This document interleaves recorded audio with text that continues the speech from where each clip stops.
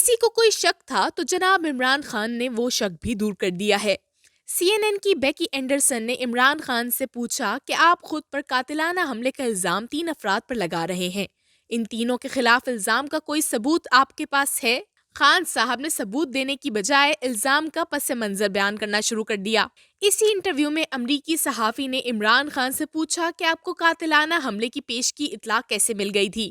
خان صاحب نے کوئی لگی لپٹی رکھے بغیر کہا کہ مجھے یہ اطلاع خفیہ اداروں کے اندر سے ملی اور یہ وہ لوگ ہیں جو اس وقت ملک کے حالات سے خوش نہیں ہیں۔ خان صاحب نے CNN پر جو کہا اگر وہ درست ہے تو اس کا مطلب یہ ہے کہ ریاستی اداروں کے اندر موجود کچھ لوگ ان کی مدد کر رہے ہیں اور یہ لڑائی قبل از وقت انتخابات کی نہیں بلکہ اپنی مرضی کا آرمی چیف لگوانے کی ہے۔ ملک کا ایک سابق وزیر اعظم ببانگ دھل امریکی ٹی وی چینل کو بتا رہا ہے کہ پاکستانی خفیہ اداروں کے کچھ سرکش عناصر اس کی پشت پہ کھڑے ہیں۔ اگر یہ بات نواز شریف یا آصف زرداری نے کہی ہوتی تو اب تک ایک بہت بڑا طوفان آ چکا ہوتا۔ عمران خان نے اپنے کچھ ناقدین کے اس موقف کی خود ہی تائید کر دی ہے کہ ان کی سیاست کسی انقلاب یا حقیقی آزادی کے لیے نہیں ہے، بلکہ وہ خفیہ اداروں کے اندر موجود کچھ سپر پیٹریارٹ لیکن سرکش عناصر کے سہولت کار ہیں۔ یہ عناصر دراصل ایک مخصوص طرز فکر کے نمائندہ ہیں۔ 2011 میں پہلی دفعہ ایک خفیہ ادارے کے سربراہ نے مجھ سے کہا کہ ہمیں موروثی سیاست کرنے والی جماعتوں سے جان چھڑانی ہے اور پاکستان میں صدارتی نظام لانا ہے۔ جب میں نے ان صاحب سے کہا کہ جو آپ کرنا چاہتے ہیں وہ آپ کا مینڈیٹ نہیں تو انہوں نے میرے ساتھ بحث شروع کر دی۔ بحث کا اختتام انتہائی ناخوشگوار ماحول میں ہوا جس کا خمیازہ میں نے کافی عرصہ تک بھگتا۔ پچھلے سال ہم نے صدارتی نظام کی باتیں دوبارہ سننا شروع کی۔ باخبر حلقوں میں ایک 30 سالہ منصوبہ زیر بحث تھا جس کے تحت اپریل 2022 میں نئے آرمی چیف کی تقرری کے کچھ عرصہ بعد قبل از وقت انتخابات کرائے جانے تھے۔ ان انتخابات میں عمران خان کو 2/3 اکثریت دلوانی تھی اور پھر نئی قومی اسمبلی سے آئین میں ترامیم کرا کر پارلیمانی نظام کو صدارتی نظام میں تبدیل کرنا تھا۔ پیپلز پارٹی سے کہا گیا کہ آپ گھبرائیں نہیں، عمران خان صرف ایک ٹرم اور لیں گے، اگلی ٹرم آپ کو ملے گی۔ پیپلز پارٹی کو 18ویں ترمیم خطرے میں نظر آئی تو انہوں نے مسلم لیگ نون کو ساری کہانی بتا دی اور یوں عدم اعتماد کا کھیل شروع ہوا۔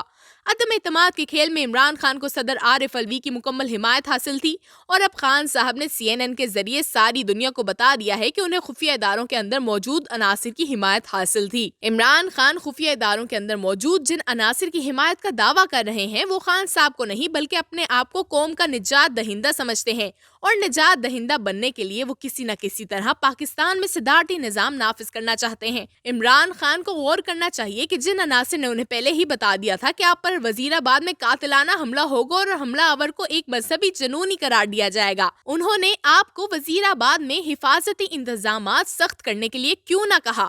کیا انہوں نے یہ بھی بتا دیا تھا کہ مذہبی جنونی صرف ٹانگوں پر فائرنگ کرے گا؟ عمران خان نے حملے کا الزام وزیر اعظم، وزیر داخلہ اور ایک فوجی افسر پر لگایا، لیکن پنجاب میں اپنی حکومت ہونے کے باوجود نامزد ملزمان پر FIR نہ کرا سکے۔ یہ کہنا غلط ہے کہ بغیر ثبوت کے کسی پر FIR درج نہیں ہو سکتی۔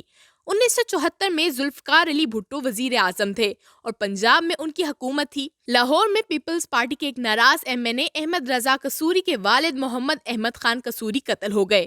اس دن بھٹو صاحب ملتان میں تھے اور IG پنجاب راؤ رشید بھی ان کے ساتھ ملتان میں تھے۔ رات کو راؤ رشید کو پتہ چلا کہ احمد رضا قصوری کے والد قتل ہو گئے ہیں اور وہ FIR درج نہیں کرا رہے کیونکہ ان کا خیال ہے کہ ان کے والد کو حکومت نے قتل کرایا ہے اور انہیں انصاف نہیں ملے گا۔ راؤ رشید نے لاہور پولیس سے کہا کہ قصوری سے کہیں وہ جس پر FIR کرانا چاہتا ہے کرا دے، ہم انویسٹیگیشن میں دیکھ لیں گے کہ ان کا دعویٰ صحیح ہے یا غلط۔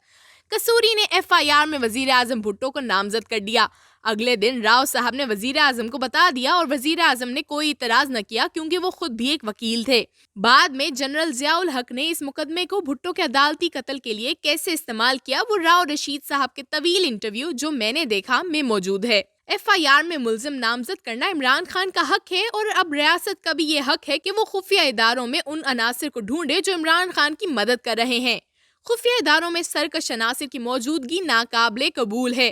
زیادہ پرانی بات نہیں جب شیخ رشید وزیر داخلہ تھے اور ہر دوسرے دن سندھ میں گورنر راج لگانے کی دھمکیاں دیا کرتے تھے۔ آج رانا ثناء اللہ وزیر داخلہ ہیں، وہ بھی پنجاب اور خیبر پختونخوا میں گورنر راج کی باتیں کر رہے ہیں۔ 18ویں ترمیم کے بعد گورنر راج کا نفاذ کافی مشکل ہے۔ آئین کے تحت جس صوبے میں گورنر راج لگانا ہو یا تو اس صوبے کی اسمبلی گورنر راج کے حق میں قرارداد پاس کرے یا پھر گورنر راج کے بعد قومی اسمبلی اور سینٹ اپنے مشترکہ اجلاس میں گورنر راج کی تائید کرے۔ 18ویں ترمیم کے بعد 2013 میں پیپلز پارٹی نے بلوچستان میں اپنے ہی وزیر اعلیٰ اسلم رئیسانی کو گورنر راج کے ذریعے ہٹا دیا تھا اور سپریم کورٹ نے اس کی تائید کر دی تھی۔ اس وقت آصف زرداری صدر تھے، آج عارف الوی صدر ہیں۔ آئین کے تحت وزیر اعظم کسی صوبے میں گورنر راج کی سمری صدر کو بھیج دے تو صدر صاحب زیادہ عرصہ اس سمری کو نہیں روک سکتے۔ عمران خان ملک کے حالات کو وہاں لے جا رہے ہیں جہاں عدلیہ بھی حکومت کے کسی ایسے فیصلے کی توثیق پر مجبور ہو سکتی ہے، لیکن سیاستدانوں سے گزارش ہے کہ وہ ایک دوسرے کو گورنر راج کی دھمکیاں نہ دیں۔